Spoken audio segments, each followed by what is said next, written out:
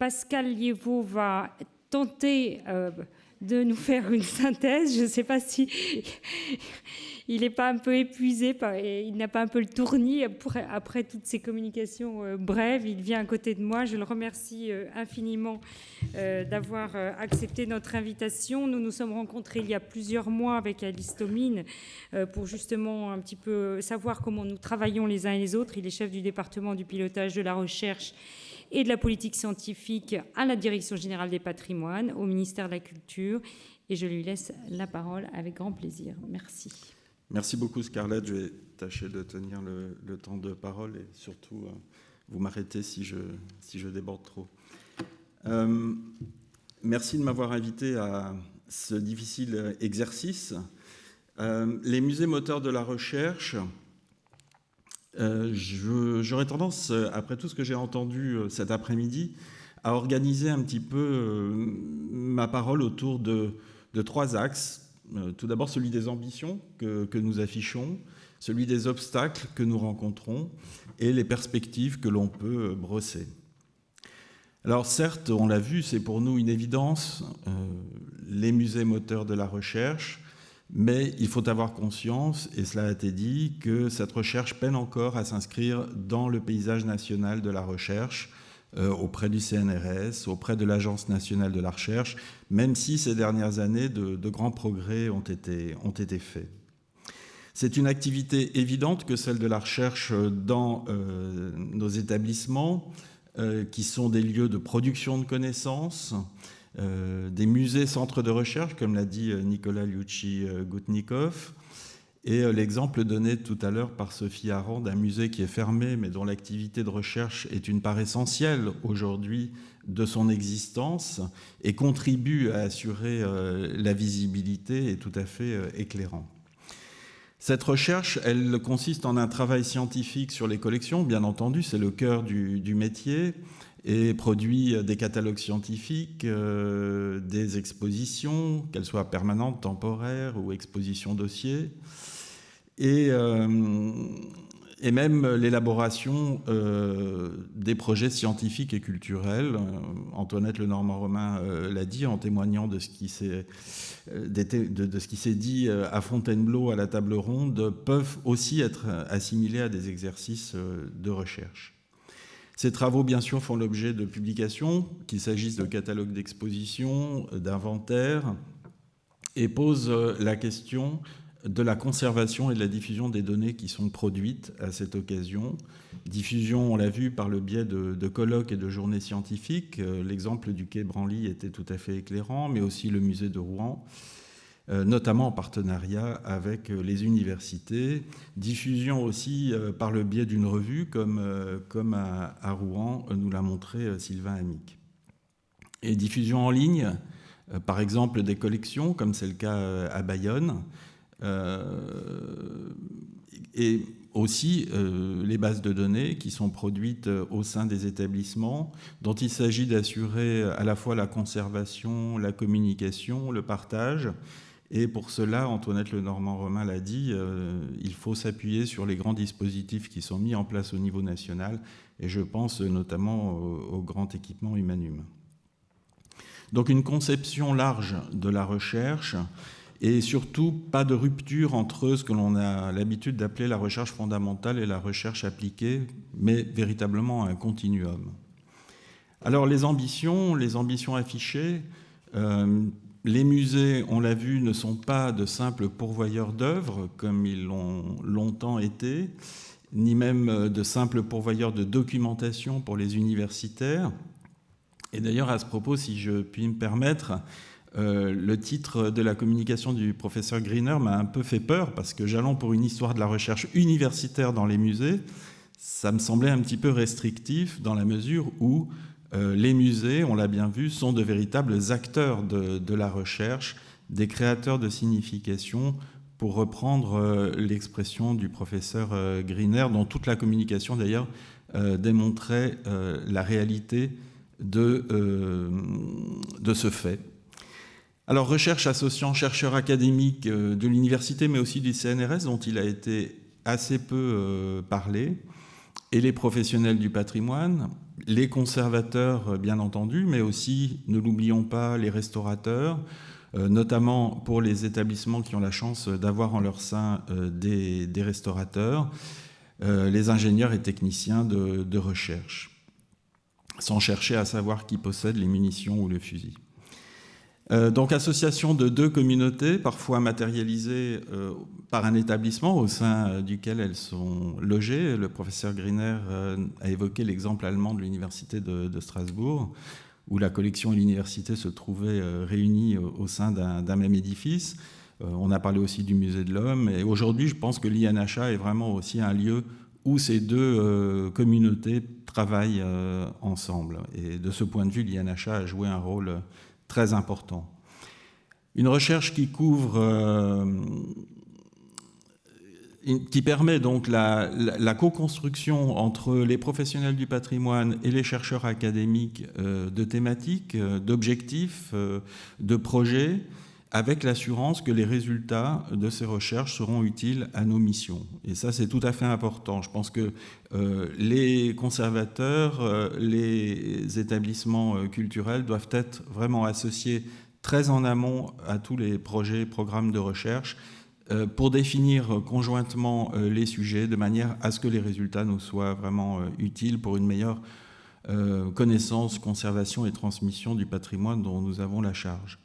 Donc une recherche qui couvre un large spectre autour des collections du musée, mais aussi au-delà, comme on l'a vu avec Sylvain Amic, en bénéficiant bien entendu de regards extérieurs. Connaissance des œuvres et des objets, histoire de l'art, archéologie, anthropologie, conservation, restauration, notamment lorsque des restaurateurs sont présents, diagnostic, conservation préventive, restauration, donc recherche en sciences humaines et sociales, mais aussi dans les sciences de la nature, la physique, la chimie, l'optique. Recherche dans le domaine de la médiation. On pense bien sûr aux dispositifs innovants, aux réseaux sociaux, aux plateformes participatives, mais aussi recherche permettant d'évaluer les pratiques. L'exemple de la recherche menée par Pascal Trarieux couvre l'ensemble de cette chaîne. Et puis un axe transversal, qui est celui du numérique, sur lequel on est souvent revenu au cours de cet après-midi, le numérique appliqué au patrimoine, depuis la connaissance jusqu'à la médiation, en passant par la restauration, même si cela a été moins évoqué, les bases de données, bien entendu, les plateformes numériques, l'imagerie numérique. Une recherche qui est fondamentalement interdisciplinaire, ce n'est pas seulement une invocation, c'est la réalité. Sciences humaines et sociales, sciences de la nature, sciences du numérique, et qui constitue au final un nouveau champ de la recherche qui est en train de s'affirmer ces dernières années en France grâce à tous les efforts des uns et des autres, qui est celui des sciences du patrimoine qu'une institution telle que le CNRS désormais prend en compte dans ses programmes. Et une recherche, bien sûr, en contact avec les autres pays, qui multiplie les collaborations européennes et internationales. Alors, les obstacles ont été évoqués, le manque de passerelles notamment entre les carrières universitaires et de conservateurs, le peu de conservateurs ayant soutenu une thèse qui peut poser des difficultés, et notamment lorsqu'on n'a pas d'habilitation à soutenir des recherches pour co-diriger une thèse. Philippe Barba a évoqué le parcours doctoral adapté qui a été récemment mis en place par l'INP, qui est évidemment un dispositif tout à fait intéressant. Et puis les réalités du terrain, les difficultés qui touchent particulièrement les musées en région, Sylvain Amic et Antoinette Lenormand-Romain en ont particulièrement parlé, notamment les petits musées, manque de temps des conservateurs qui sont en même temps des chefs d'établissement, Pascal Trarieux en a témoigné, majoration du temps consacré au management et minoration de celui consacré à la recherche, d'où l'importance de dispositifs tels que les résidences à l'INHA dont a bénéficié Pascal Trarieux. Et puis incompréhension parfois des tutelles, les collectivités, sur l'intérêt de mener ces activités de recherche, et puis, bien sûr, la difficulté à trouver des financements. Au total, donc, Une recherche qui reste encore très largement à structurer pour ce qui concerne les musées beaux-arts, contrairement au domaine de l'archéologie qui, lui, est depuis plus longtemps structuré, ou même les muséums, voire les musées de société, que d'ailleurs il faudrait peut-être plus associer à cette manifestation à l'occasion d'un nouveau numéro que nous espérons tous. J'ai encore une minute. Le château de Versailles dispose d'un laboratoire de recherche. Quelques grands établissements, quelques grands musées parisiens tels que le Louvre et Anne-Solène Roland auraient dû en témoigner, ou le musée du Quai Branly, Frédéric Keck nous l'a montré, ont des départements dédiés à la recherche. Et puis peut-être que la réunion effectivement de musées de région au sein de communautés d'agglomération et de métropole, on l'a vu avec Sylvain Amic à Rouen, offre des opportunités de développer ces pôles plus spécifiquement consacrés à la recherche. Alors les perspectives, bien sûr, monter et entretenir des partenariats avec les universités, les grandes écoles, les services patrimoniaux de collectivités, notamment sur le territoire qui est le sien. Travailler notamment avec les laboratoires bénéficiant d'une co-tutelle du ministère de la Culture, ainsi que des laboratoires partenaires qui figurent dans l'accord cadre du ministère de la Culture et du CNRS. Et puis le grand intérêt des LABEX, dont on a beaucoup parlé à juste titre, LABEX à dimension patrimoniale, notamment pour l'accès à des financements de programmes de recherche et de thèses dont les sujets sont co-construits. Et les LABEX ont véritablement grandement contribué à renforcer ces dernières années les collaborations entre chercheurs académiques et professionnels du patrimoine. Jean-Philippe Garric en a témoigné pour le LABEX CAP. On pourrait parler aussi du LABEX Patrimal, Les Passés dans le Présent, RH2H, etc. Donc, reconnaître l'activité de recherche comme une dimension importante du métier de conservateur et pas seulement prise sur son temps de loisir semble effectivement quelque chose de tout à fait décisif. La prendre en compte dans son plan de travail, dans le plan de travail du professionnel du patrimoine et même dans l'évaluation qui est faite de ce travail. Et je pense qu'il est important que nous revendiquions cette dimension scientifique du métier. Et puis faciliter les carrières entre universités et monde du patrimoine, des parcours un peu atypiques qui permettent une pollinisation entre les deux communautés. Donc au final, des rencontres qui m'ont semblé extrêmement fructueuses, elles ne sont pas terminées. Peut-être pourrions-nous essayer une prochaine fois d'attirer effectivement plus d'universitaires, mais Laurence Bertrand d'Orléac et Jean-Philippe Garric vont sans aucun doute vous y aider.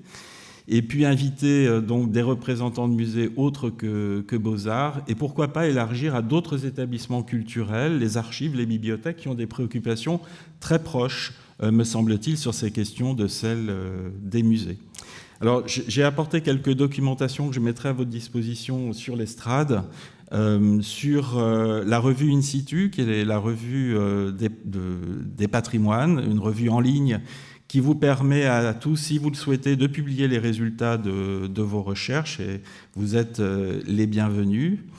Et puis, un petit feuillet sur un grand programme européen qui est en train de se mettre en place, le programme ERIS, pour l'étude de la matérialité des œuvres, et dont je pense qu'il est utile que vous ayez tous connaissance. Voilà. Merci beaucoup, merci Scarlett. Merci beaucoup.